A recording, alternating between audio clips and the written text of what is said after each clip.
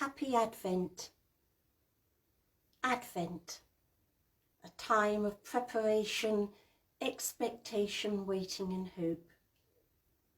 As Christians, our hope for the future is perhaps based on events in the past. 2020 years ago, an event took place that was to change the world in a way that nothing else has before or since. How can something that took place so long ago and so far away offer hope to the world today? Of what relevance is the coming of Jesus there and then for us in the here and now? Well, let's look at three views on what the relevance the coming of Jesus there and then is for us in the here and now. Let's look at the first view. Jesus came into a world very much like this. In many ways, of course, the world has changed beyond all recognition, but it is worth remembering that Jesus came into a world of political unrest. For more than 70 years, the Jewish nation had been a subject people, but now there was a sense of revolution in the air. Some were praying for peaceful change. Others wanted more action. A failed revolution had taken place just a matter of months before Jesus was born. The situation was unsettled. There was a rising tide of nationalism. Jesus was born at a time of violence, strife, and unrest. We could have a view that in today's multicultural world, through globalization and greater mass migrancy, there is a feeling of unrest as individual countries struggle to hold on to their identity and national traditions and culture. There are wars fought in the name of religion, terrorism in the name of religion. But I wonder how much of it is really about religion at all. Perhaps it is because people fear they are being invaded or occupied by cultures and traditions that are not their own, rather than disagreement over which God we believe in. It seems all are struggling for political power, much to pray about.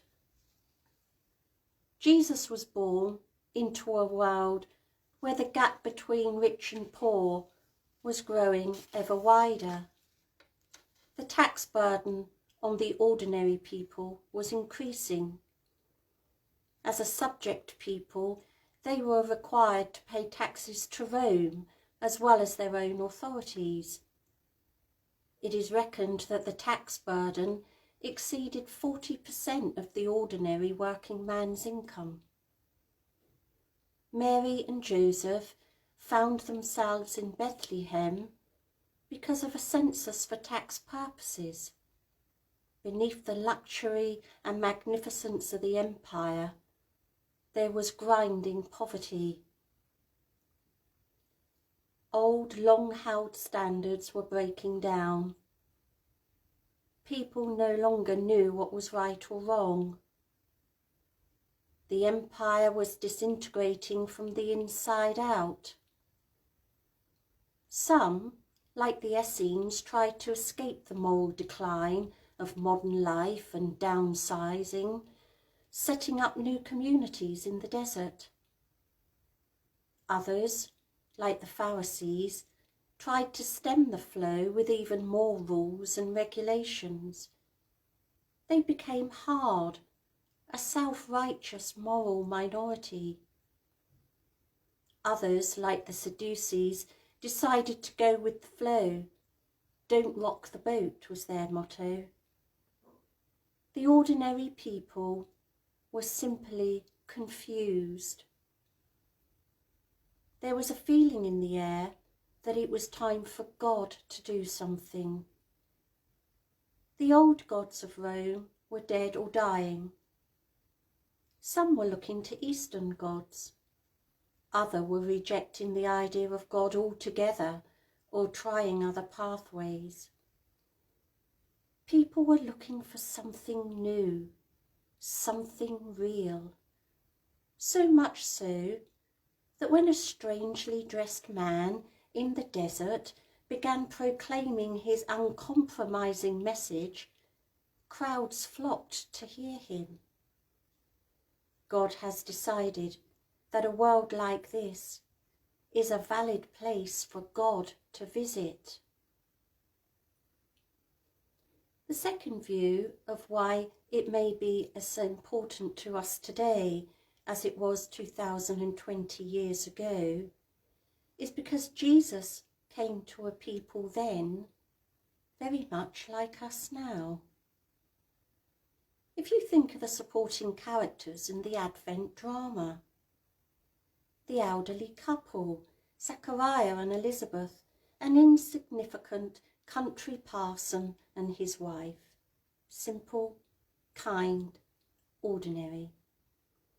And then the young village teenager, Mary, a village girl from Nazareth, engaged, therefore she would have been older than 12, but she was an ordinary girl, a girl from the village, with no special qualifications or pedigree. She was simply the girl next door. And then you have the thoughtful local man, Joseph, the silent player. There's not a single word of his recorded in the Gospels. He was a good man, concerned to do the right thing, only he wasn't sure, at least at first, what the right thing was. Then you have the rough working men of the village, shepherds. Shepherds had no religious or social status. They lived rough, out on the hillsides. They had no fixed abode, no permanent address. And shepherds were generally considered to be the dubious characters, the untrustworthy, the dishonest, the rogues. They were outsiders. And yet they were the first to know, the first to be told. Then you have the pagan astrologers. Of course, it sounds so much better to call them kings or wise men, but they weren't. They were the scientists of the day, studying the stars, trying to predict the future, calling people to find their way to Jesus. Ordinary people, people like us. An elderly couple trying to come to terms with the disappointment of childlessness. A teenage girl who found herself unexpectedly pregnant. A working man who suddenly finds his world turned upside down. Migrant workers whom people find it hard to trust. People from another culture who are prepared to look for the truth as best they know how and prepared to go wherever the search takes them.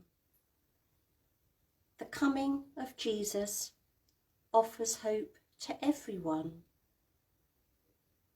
Although we live at a very different time in a very different culture, we still have the same needs, desires and longings.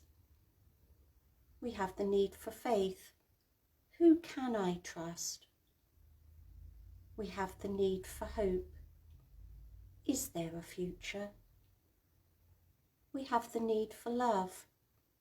Does anyone really care? To put all this into context, how is Christ Mass relevant to us today? And why is Advent all about hope for a different way of life? Here's a very, very short story for you. Very short, I promise. A senior angel is showing a junior angel around the splendours of the universe. As they flit across the infinite vastness of space, they enter one particular galaxy of a mere 500 billion stars. The senior angel points out a small and insignificant planet that looks as dull and as dirty as a tennis ball. I want you to watch that one particularly, he tells the young angel. Why? What is so special about that one? The young one asks. That, said the senior angel, is the visited planet. Our hope for the future lies in that visit on Christmas morning. So we look at the past Christmases, the very first Christmas, with hope. Advent. We are invited to prepare, to wait, and to hope for a new beginning. God bless you.